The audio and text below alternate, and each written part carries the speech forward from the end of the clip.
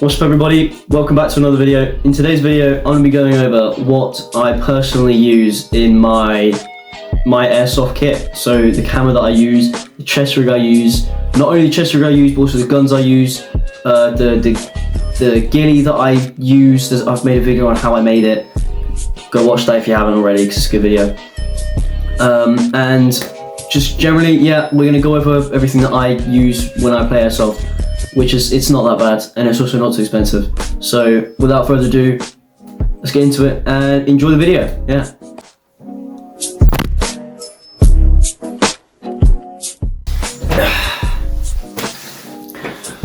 Why don't we start with the most simple piece of kit, the ghillie. I mean, it's not simple. It's got a lot of stuff in it, but it's not got all of my bits and bobs, you know, my speed loaders, my magazines, all the kind of important stuff, if you know what I mean.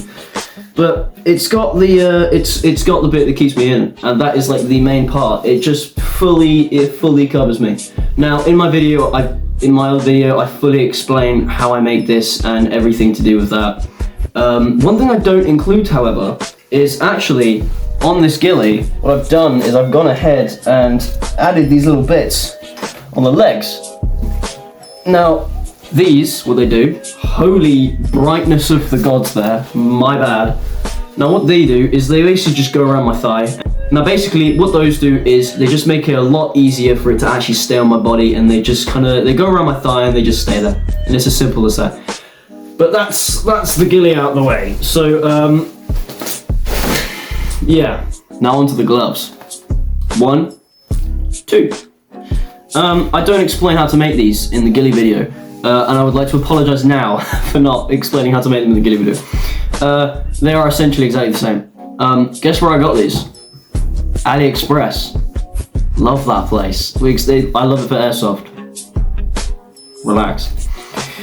These were a pair of 3D Hunter's gloves, and the 3D part was literally completely useless because it was completely, well, it was buns, dude. It was complete hot cross buns, my man.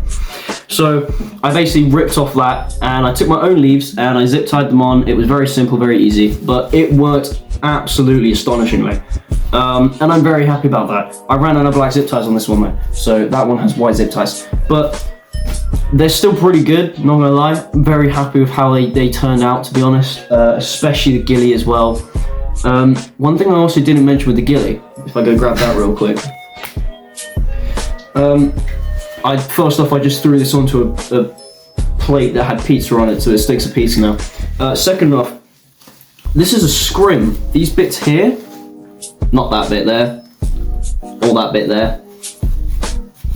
These bits here, that I'm holding now, these strandly bits, they're scrim. I actually cut up a scrim and I put it on there.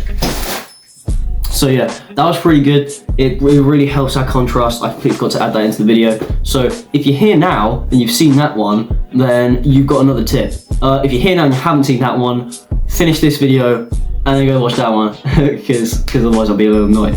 But yeah, that is the ghillie, fully explained. It's basically all it is.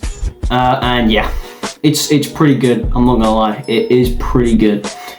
There have been moments where people have walked past me and they're on the opposite team, and I am lying on the floor and they have been less than a meter away from me. And there was this one time actually where I got shot and they were next to me, and I stood up and these guys were like, "When did you get there?" And I was like, "I've always been there." But yeah, that's besides the point. The ghillie's very good. I highly recommend watching my tutorial video on how I did it, because it's really helpful. And this thing is a whole load of fun. I highly suggest getting into ghillie sniping. But I think with that out of the way, let's go on to the chest rig, eh?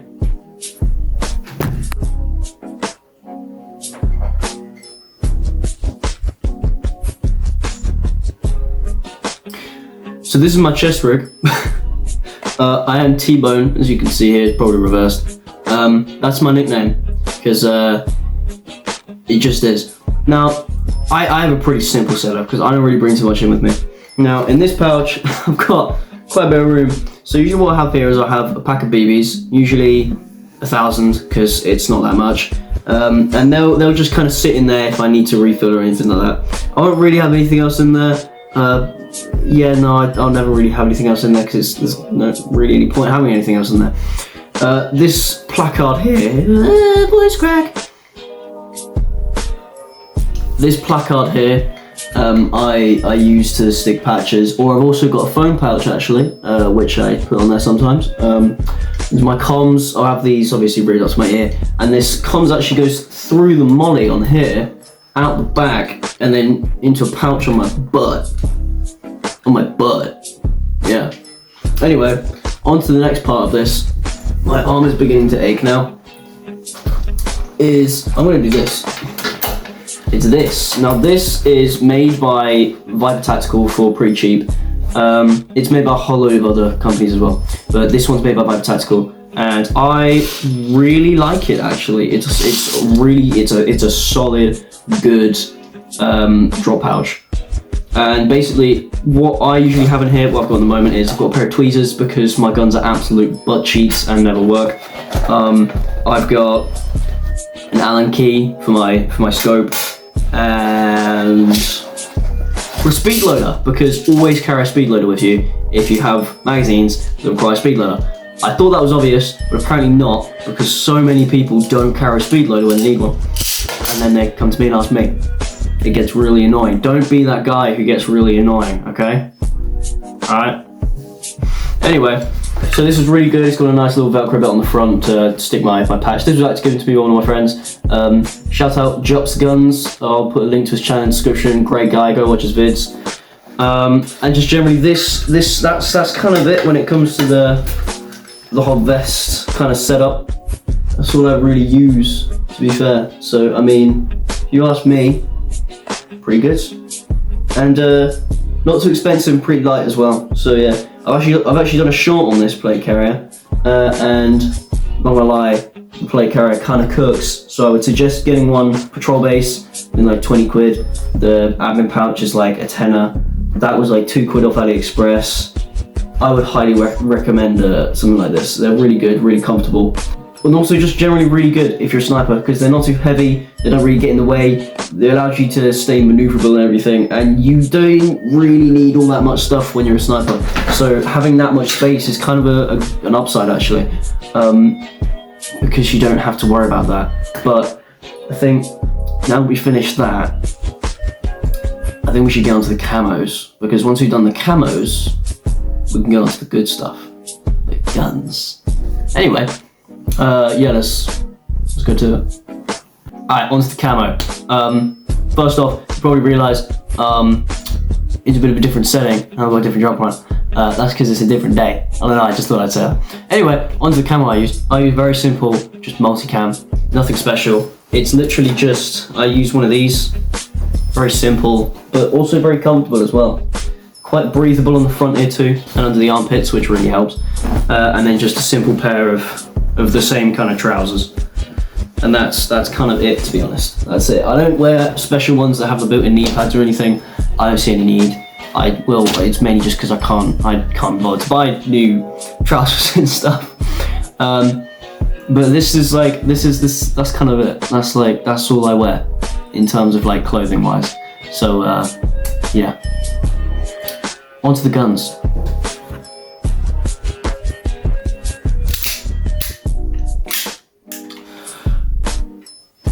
The most basic part of my loadout when it comes to the weaponry is the pistol.